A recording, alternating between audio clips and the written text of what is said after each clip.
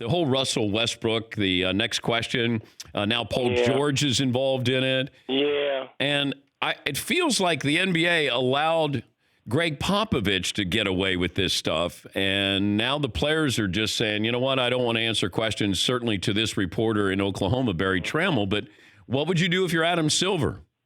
Nothing. I think the more attention called to it. I was never, you know me a long time professionally. I don't chase the crowd. I'm not chasing a guy with a group of cameras. I'm not. I mean, talking to athletes is not that important. And I talk to athletes for a living. It's not that important.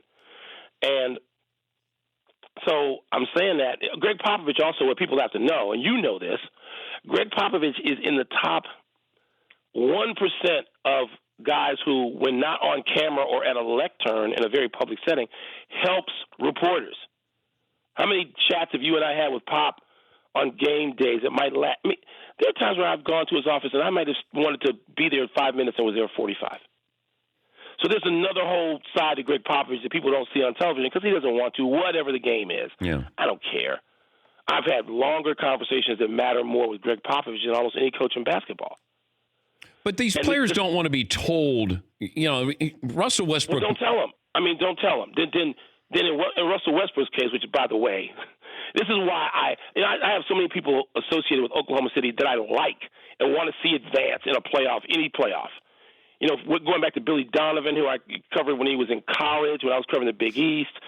I mean, starting with Billy Donovan and Troy Weaver, their assistant GM, who's a Washington guy and a great guy, somebody I've known for a while, to Paul George, who now is being Westbrooked, and that's not even who Paul George is. It's not even who he is. The sweet guy, Paul George. Yeah. And so they're being dragged. So you know what? So what? We should have learned from pro football. Most of these sound bites are garbage. Most of the quotes I see now, all people in our business understand under the age of 50 is analytics. They want to put numbers together. They don't even know how to tell a narrative half the time, how to spin one. And so you get these quotes, you get these lectern appearances. I don't need that. It's a waste of my time as a consumer of the product. So if Russell Westbrook wants to do that, and I started saying, I got turned around, I started saying, I want him out of the playoffs. Russell Westbrook, great player, great player. I certainly have him on my second team All-NBA ballot this year because I have Harden and Curry first team guards.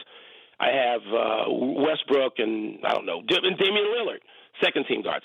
I want Westbrook out. There are plenty of people who don't say next question. Damian Lillard's one of them. There's no more enjoyable person to talk to in the NBA than Damian Lillard. I want to see him advance, and I want Westbrook out. So, you know what? Pretty soon Westbrook's going to have nobody to talk to next week because his butt will be out, hopefully. And that's the way I look at that. I'm not this whole begging people and they got to have policies. I'm not chasing guys to talk to them.